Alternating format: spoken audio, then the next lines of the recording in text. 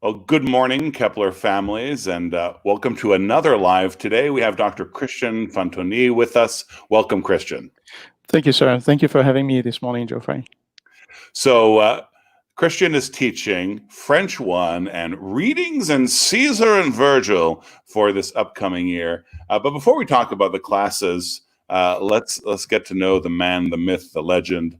You live in Oklahoma, but you don't sound like an Oklahoman. Maybe just tell us a bit about yourself. Oh no, my accent has already betrayed me. Yes, right. So we've been in Tulsa, Oklahoma for 2 years now. But so I teach at Regent Preparatory School of Oklahoma in Tulsa. It's a classical Christian school. But I'm not American originally. I was born and raised in France. I was born in the city of Marseille, which is in the very south of France, southeastern corner of the country on the Mediterranean Sea. A major city, one of the big cities in France. And I grew up there until the age of 10. The whole family was there. I grew up around my grandparents, uncles and aunts, cousins. But at the age of 10, my dad moved our family for professional reasons 2.5 hours to the northeast. So we went to live in a little town called Gap, G-A-P. When we went there, the town had about 30,000 people. And I grew up there between the age of 10 and 21, 22. And so I went from a major metropolis, the city of Marseille, to little town France, rural France. And I wasn't by the Mediterranean Sea anymore, but now we had the French Alps, the mighty mountains that were right there in front of us. And so I grew up skiing. That was also a lot of fun. Yeah, a lot of fun. So, there's a man who lives here in Moscow, Idaho, who is from Lyon. I think I know him. Well, he has spoken of the backdrop of the Alps before, and he's from a small town in the southeast as well. But he actually is the setting here is rolling hills and alfalfa flowers, and when I was actually driving up to his home recently, and I thought, wow, this is a lot like what I imagine the foothills of the Alps might look like. And he in fact confirmed that. He said the only thing missing were the big peaks way behind our small mountains. It seems like it would be a gorgeous place to live. Oh, it was great. Yeah, it was a lot of fun. These mountains are just great to look at. And I always tell my American students, one of the things that we did in winter when I was, I believe it was maybe in middle school, on Wednesday afternoons, PE was going to ski in a close resort and a ski resort. And so my American students, oh, what? I wish I could have done that. Yeah. And I said, well, maybe the students in Colorado do that. I don't know. You just have to be close to a ski resort. Yeah, everyone though. So then you took yourself off to the big city, to Paris, for your education.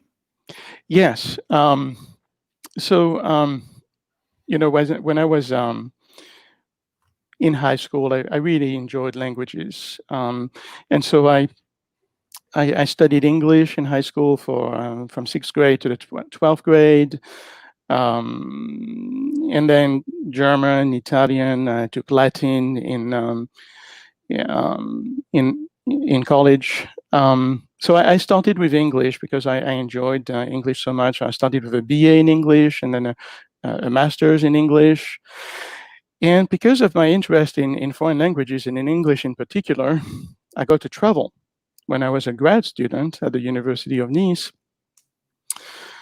the university, which was wonderful, offered many opportunities for its grad students to go and study abroad. So I went to study in England for 1 year, and I taught in a high school there, so I was financially independent.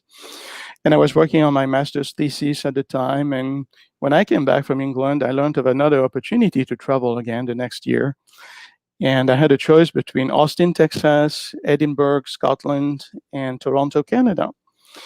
And I don't remember which one I put first, but I ended up with Toronto, Canada. So I went to Canada and taught at the University of Toronto. I taught French classes at the University of Toronto. I was paid for that as well. And I liked it so much that I decided to stay in Toronto.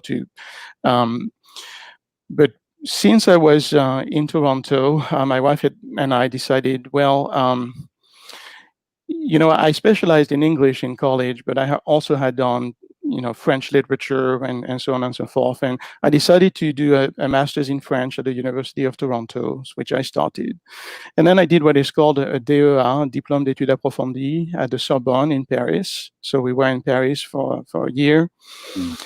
And after that, I started my Ph.D. at the University of Paris 3, and I got a Ph.D. in French literature. And to be more precise, it's a Ph.D. in French Renaissance literature. I wrote about a book by a Protestant author called Agrippa d'Aubigné. He is a major Protestant figure in France. So yeah. Cool. Now, for viewers who may not be familiar with continental education, I suppose, maybe you picked up on the use of the article "the" in front of Sorbonne. The Sorbonne is a very prestigious institution, which I know that it's probably awkward for me to brag about you in front of you, but we here at Kepler, when we saw that, we were pretty excited to have a Sorbonne man in the fold, if you will. Go ahead. Sorry. Yeah, I was going to say it's obviously an old institution. It's one of I think it goes back to the 12th century with Oxford and University of Bologna and so on. But of course, not much is left of these old buildings. The Sorbonne itself has a very classical look. The buildings are very old. They are not the medieval buildings anymore, but that you're in a special place just because of its architecture. It's definitely looks very nice and a very special place to be there. I remember being very honored and feeling very good about being there. Obviously, yeah. Yeah.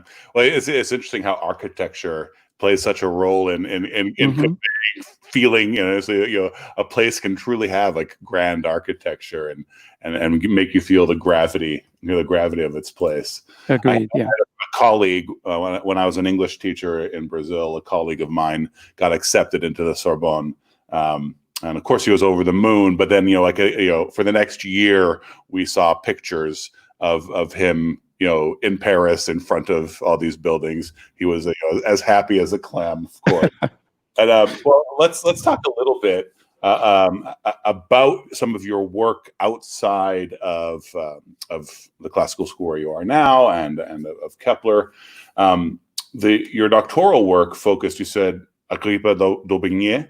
Yes, sir, that is correct. Right. So he is known for an epic poem. He's a Protestant, known for an epic poem. Maybe you could talk a little bit about that particular poem. I don't know much at all about the impact that French Protestants might have had on French letters. Just tell us a little bit about that. Absolutely. Well, he was a French Huguenot, right? So he, I believe he was born in 1552 and died in 1630. And so he went through what we call the wars of religion in France. The Protestants were persecuted for about 1950, the early 1950s to 1594, with the Edict of Nantes, was known as the Edict of Nantes, where Protestantism was an accepted religion. But in the meantime, the Protestants were persecuted. And so many of them, of course, as you know, came to America and fled in different countries of Europe. But d'Aubigné wrote this epic poem, which is very, very long. We are talking about almost like the Iliad. It's a very long, I believe it has seven books. and where he talks about the persecutions of the Protestants at the hands of the Catholics. So it's kind of a poem in memory of what the Protestants had to suffer under Catholic rule. And it's very moving. It's very passionate. He describes the wars, the persecutions that the Protestants suffered, and at the hands of not only the Catholic Church, but also the kings and the princes who were all against them. So it's a beautiful, beautiful poem that's very moving. I'm gonna have to look it up. It's because it's not like Northern European Protestant history, and Protestants sort of lost out on on France, I suppose you could say, for centuries. I think a lot of American enthusiasts, even for Protestant history, of course, one is aware of St. Bartholomew's Day massacre, but Exactly. I think a lot of people aren't necessarily aware that this is a big thing, that large battles were fought, that cities were besieged, that a city might be Protestant and then be besieged and then be taken over by a Catholic army. And it was not just a persecution in the corners or in the streets, but it was a huge culture war, I suppose you could say. Absolutely, absolutely, yes. Thousands and thousands were killed for their religion, and of course the same was going on throughout Europe, not just in France at the time, but yeah, it was tragic, and of course France was historically a Catholic country, so when the Protestant Church, with Calvin and so on, started to rise, then it became a big problem for the country. And even the Protestant King Henry IV, can you imagine, in order to become king of France, had to convert to Catholicism. Yeah. Otherwise, he would not have been able to become king. So yeah, very agitated times in France with lots of suffering. And Daubigny was a witness of all that. In fact, he fought with the Protestants. He was a soldier as well as a man of letters. So it's really an eyewitness account of of these persecutions. Well, I love figures like that, like Daubigny, like Sir Philip Sidney, a warrior and a man of letters, a poet and a scholar, a navigator and a home builder. Like just there's a reason we use the phrase Renaissance man, but really, this is like a pre-Renaissance man. Really, this is not the. I think that Renaissance ideal actually ended up being an expression of what high medieval Christianity achieved. But that's kind of a representation of what a classical education can hope for, right? A full person, a plenary person, someone who is adept and passionate about many things and can passionately go to war and passionately write a poem. You're absolutely right. Daubigny was this sort of man, and we'll talk about it later on. But Julius Caesar, as well, was this great general, and at the same time a great writer. One wonders how they did it. Remarkable men. Yeah. Well, we are going to get to the class readings in Caesar and Virgil, but before we do that, let's talk about French 1. Just it's a plainly titled class, just French 1, and when we have the description, it is an introduction to French, the French language, and to French culture, and that's more or less what you see on the website. What's behind that description? What does your French 1 look like? Great. Well, of course, in French 1, we're going to learn the fundamentals of of the language. Just like American students, when they learn the English language in first grade, go through the fundamentals of grammar and syntax and vocabulary and so on. We're going to do the same thing in the French 1 class. We're going to begin with the fundamentals, and we're going to learn about the French grammar and the vocabulary and the syntax and so on. And we're going to do that throughout the whole year.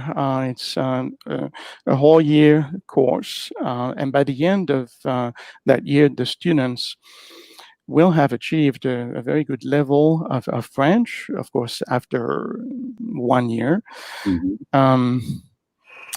And we are going to use, I chose a book to go with the course. It's a very good book. It's not very expensive. It's called French 1 Year, and we're going to use this book as a guide. It's divided in 3 sections, grammar, vocabulary, and culture. And this is going to be our go-to material on a weekly basis.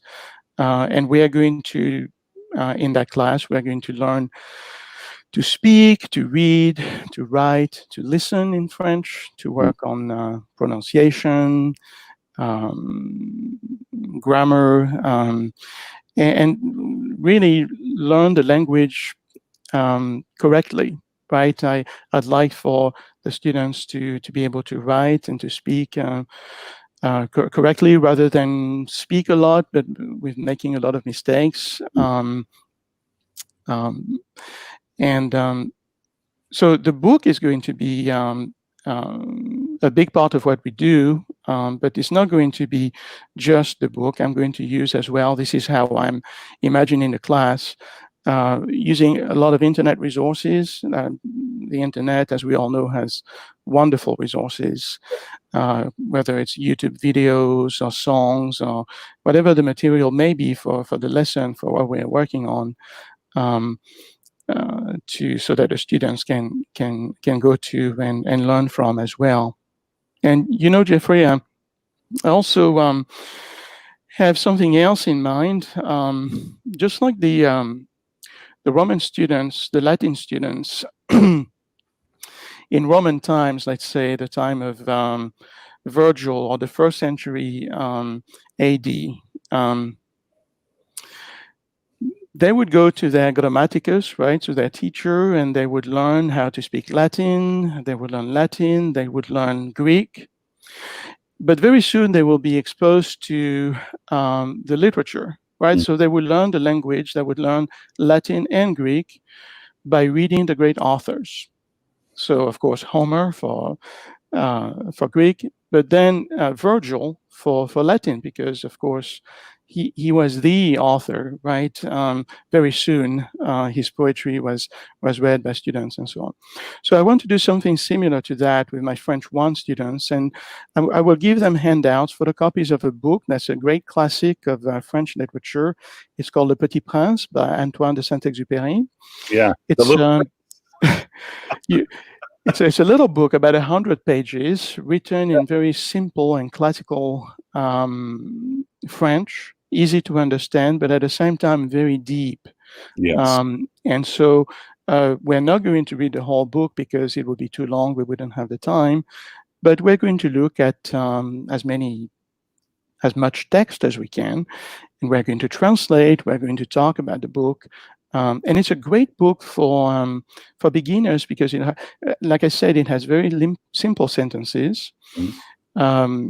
And it's kind of a dream text as well for beginners because the text makes great use of the future, of the passé composé, the imperfect, all tenses that we're going to work on with the students in French 1. So this is kind of what I have in mind, Geoffrey, for this class.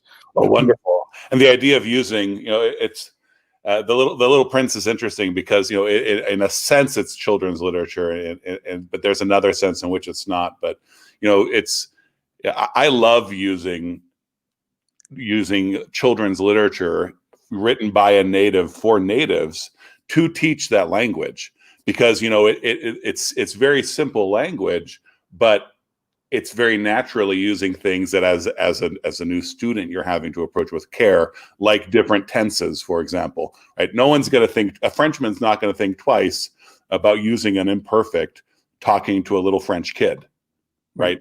Not you're not. Of course, you can do that, and that could be a challenge though for the language student. So that's an exciting way to have accessible language that still challenges the student. Absolutely, and as you know, as a Spanish teacher, it's important to understand the difference between the, let's say, the preterite and the imperfect, right? Because it's absolutely fundamental. So this text will be a great resource for that. And I want to emphasize also something else. The students who are going to take the French 1 class, they're not just going to take it to study the language. They're going to choose the class because they're interested in France itself, or French culture, or the French-speaking world, let's say. So a big part of what we're going to do as well is study French culture. It's not, the course is not just going to be French language, right? So they are in the class, or they will be in the class because they want to know the kind of contributions that France has made to the world, to the culture of the world. So we're going to look at French history, French geography, contemporary French life, and so on and so forth.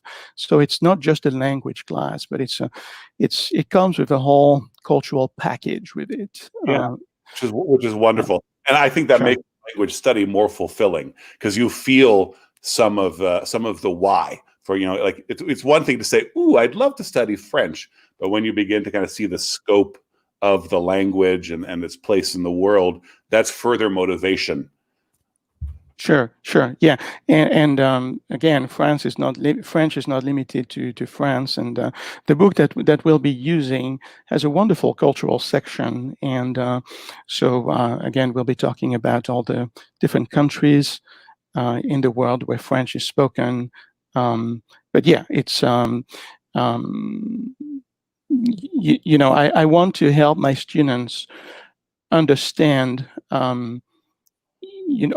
gain knowledge in that particular field. What is it that France has contributed, and what is the history of the French language, of the country, and so on, so that they have a better understanding of all this aspect, right? And as you yourself said, not just France, but the place of French in the world. So I'd actually love for you to kind of tell our audience a little bit, who may be more or less familiar with that. What is French in a global sense? Yeah, so French is spoken, of course, in Canada, and when I was in Toronto as a student, I got to go to Quebec, for example, and got to experience the French spoken there firsthand. It was interesting to see the differences between the French that I was speaking and the French that was spoken by my Quebecer friends. And of course, French is also spoken in Africa, and elsewhere in Africa as well, different countries of Europe, in Switzerland, Belgium, and so on and so forth. And so, yes, it's an international language, and all these countries have French in common, and they're called La Francophonie. And some of the best writers today, some of them come from the Francophonie, right, from this French-speaking world, and they all have this French language in common that they love and that they love to use. Mm-hmm. Yeah, so we have the French class, and then we have this Latin class, which is readings in Caesar and Virgil. It's structured a little differently than most of our Latin classes. So tell us about that. Sure. Well, the reason why I chose to offer this class, there are really three reasons. The first one is very practical, and here I'm addressing perhaps the Latin students who may be listening to this. The the two authors that are on the AP language, Latin language class are Virgil and Caesar, right? So I'm not teaching to the AP language or Latin exam. This is not the case at all. But if you are thinking of taking the AP Latin exam this year, this class may help you because, again, Virgil and Caesar are the two authors that you will find on the AP Latin exam.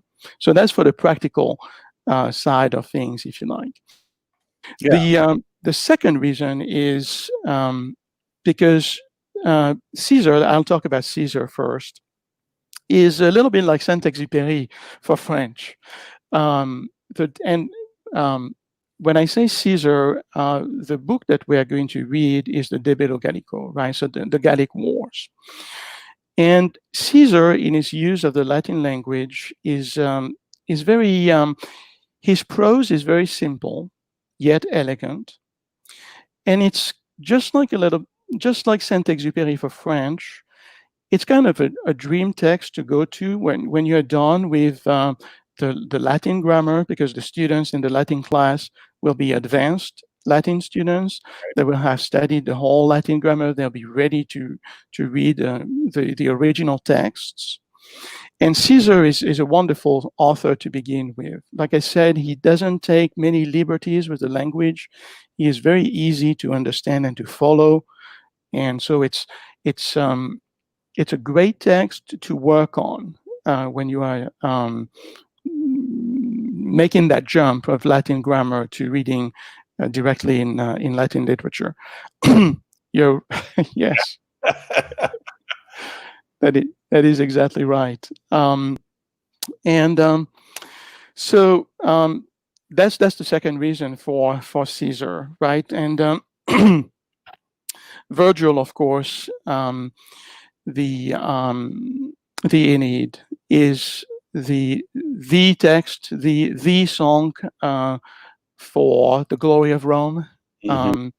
It's so again a very elegant, very beautiful Latin, a bit more difficult, perhaps some would argue, not necessarily, to understand because we are not dealing with prose anymore, but with poetry, and so we have the needs of the verse that that we need to take into account that make it a bit more difficult to understand the flow of the sentences. But again, a very very pure, elegant Latin, and a great text to study. One of the with the De Bello Gallico, one of the classics of Latin literature. So yeah, these two authors. And again, they are on the AP exam, but yeah, they are just great in themselves. Wonderful texts. It's just a little bonus there where it could be of particular use to a student. And so Right. your requirement is that students have at least 2 years of Latin under their belt before they take this course on. Yes, I would say that, and maybe some of them will have 3 years, depending on the curriculum that they took. But they need to have completed Latin grammar and to be very comfortable with that. And I'm sure we'll talk about. We're going to talk about grammar too in the class. There is no avoiding it because in a way we're using these texts not only to read them for themselves, but also to sort of verify what we have learned in Latin grammar, right? So we're going to talk about the sentences and why did Caesar use the subjunctive imperfect here, and so what happened with an indirect statement, for example, or what kind of clause is this? So we're going to use all these sentences to verify, to make sure that the students recognize in context the things that they learned. And we'll do the same thing, of course, with Virgil. So we'll talk about grammar, but at the same time, we're also going to talk about rhetoric, right? Because we're reading these great authors now that are part of the great tradition. And we're going to talk about the use of the language that they make, the kind of rhetorical devices they are using, what's going on here, and so on and so forth. So it's reading them as well and appreciating what they are doing, and of course we are doing to do that in Latin. Right. Yeah. Asking specifically about the Gallic Wars, I wonder if you're going to cover a part of that history that Julius Caesar really neglected to mention. Are we going to talk about a small village that still holds out? A little asterisk reference for guys. If you viewers have not read any asterisks in whatever. And I encourage you to do so. They're a lot of fun. They are. Anyway, sorry to distract there. My real question is about the structure of the class. Because when I look at your description of the class and hear you talking about it, it sounds like this class is going to be a circle of students and you with a book open in front of them, talking and writing. Which is that right? That sounds like a dream come true to me. But yeah, so yeah, tell us about the structure of the interaction, the classroom itself. What is your class like? Yeah, Geoffrey. So that's the way I see the class. What you said is, I think, accurate. We're going to read these authors, and so in my mind, the students we are going to read on a weekly basis passages that I would assign. And again, I forgot to mention that there are 2 books that are associated with the course. Again, they are very good books and they're not expensive, and we'll be using them. We'll be working in them throughout the semester, throughout the year. And yeah, we're going to read these authors and we're going to translate them. We're going to understand what they are saying. And how Latin works. And my goal there would be to, for the students after taking the class, to have become better and better reading directly from Latin, from the original text, and understanding Latin better and better, so that it becomes less and less of a struggle.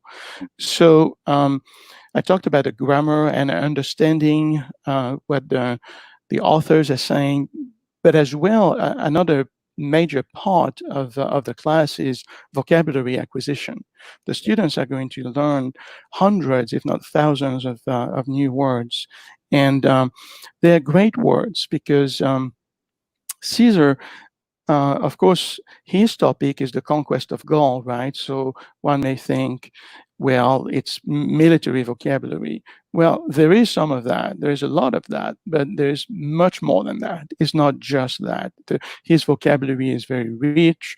He describes the Gauls. He describes the Germans, the neighbors. He describes the British, the Britons. And so there is a lot of vocabulary that's not related to war at all. And same thing for the Aeneid.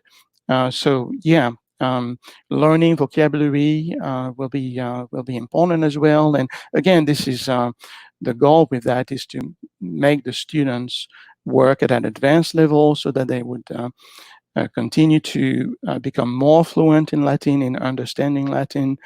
And I have to say that the class would be pretty much a class that if they were taking it in college, it would be an intermediate Latin class, right? So it would be, once you've taken all your grammar classes, let's say you're a beginner in Latin in college and you study the grammar for a 1 full year, well, the second year is the intermediate year and you begin reading, let's say, Caesar and Virgil. So that's what we are doing here. It's actually a second year college class, pretty much. Right. Yeah. Talking about vocabulary acquisition, I think that those 2 choices kind of highlight the poetic and the practical possibilities. But when you're in a text that is broad, like either one of those texts, I mean, you can think about the Aeneid and the fact that you're not going to just learn about shipwrecks and wars. there are scenes in living rooms involving fireplaces, and so you end up picking up all sorts of wonderful quotidian, everyday kind of vocabulary. Absolutely, yeah, agreed. And of course, the Aeneid is divided in two parts, right? So what Virgil did was, in fact, copy Homer, right? So the Iliad and the Odyssey. So the Aeneid is divided into 12 books, and the first 6 books are what we could call Aeneas Odyssey, right? So Aeneas is that Trojan prince who has been defeated after the fall of Troy, and now he has to go and found, driven by the gods, he has to found a new nation, a new race, and that will be the Roman race. So the first 6 books are his Odyssey, and there's no war at all in the first 6 books. This is his travels, his struggles. There's a love story with Queen Dido, the Queen of Carthage. And so, yes, the vocabulary is varied. Now, in the last 6 books, books 7 to 12, that would correspond to Homer's Iliad. And so Aeneas and his fellow men have finally made it to Italy. But of course, in Italy already has people living there, and Right. he needs to conquer it, right? And so books 7 to 12 is just all about war, and it's battle after battle, a lot of blood, a lot of heads cut off, and so on and so forth. But not the first 6 books. That's it. That's what I wanted to say. And that's the sort of the classic idea of what Latin translation is like, right? Instead of translating "May I have a coffee, please," you're translating phrases about war and disaster, and having fallen on the wrong sides of the God's good pleasure. So I think this class is very exciting, and one of those classes that I think it's a class that's a reward for the student. I think if the student has the right perspective, because it's where you get to flex your muscles. You've done all this work, and now you can flex your muscles, stretch out, kind of begin to develop yourself in Latin. And I think it's a fantastic opportunity. Great. And I wanted to add as well, right? So again, like I said, for French, we're not just studying the language, right? We are studying books that belong to the great tradition. These are 2 of the great books of the Western literary tradition, and so we're exposed to the language through them, but they're also exposing us, the readers, to Roman culture, right? So this is, again, this is part of Roman history. This is part of Roman civilization. So through the reading of these books, we are learning about Latin culture, Roman culture as well. And these 2 great books that we're going to read tell us so much about the Romans, about their virtues, about their defects. You think about the De Bello Gallico, Caesar. We get to see Caesar in all his greatness. It's a historical narrative, right? It's a history book, and he seems to be very objective. And of course, he always ends up being the winner, but he really was in reality, right? So you get to see the Romans in action. You get to see this. Julius one wonders, just like Agrippa d'Aubigny earlier, how could he do so many things? He was everywhere in Gaul. I mean, just so he almost flying over the country from one region to another, trying to fish one fire after another, and finally, in 52, he almost stamps on the country at the famous Battle of Alesia, the final Battle of Alesia, and claims Gaul for Rome. This is mine. But you get to see the Romans in action, the Roman courage, and the Roman armies and in all their greatness, but also at the same time in their littleness, because the Romans were afraid of the Germans, for example, who had a tremendous um, reputation of being this incredible, huge warriors, and so we see Caesar encouraging his troops and so on. And then the Gauls, we see the Gauls defending their country. They don't want to become part of the Roman Empire. So there's a great lesson of patriotism as well. They're fighting for your country and so on and so forth. It's a beautiful page of world history. This is what happened there at that time in France and in Italy, right? And for Virgil, it's the same idea, a great text because of all the of these ideas that it carries with it. Again, this idea of perseverance, this idea of duty to country. Right? Aeneas puts his country first. For his own personal happiness, right? So what is it that I'm supposed to do as a human being, right? There are things that are greater than me. These wonderful questions of hope and despair.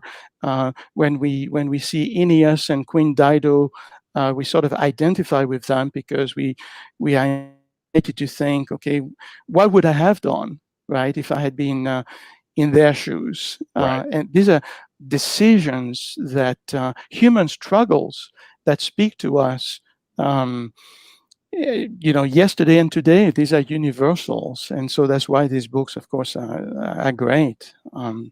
Yeah.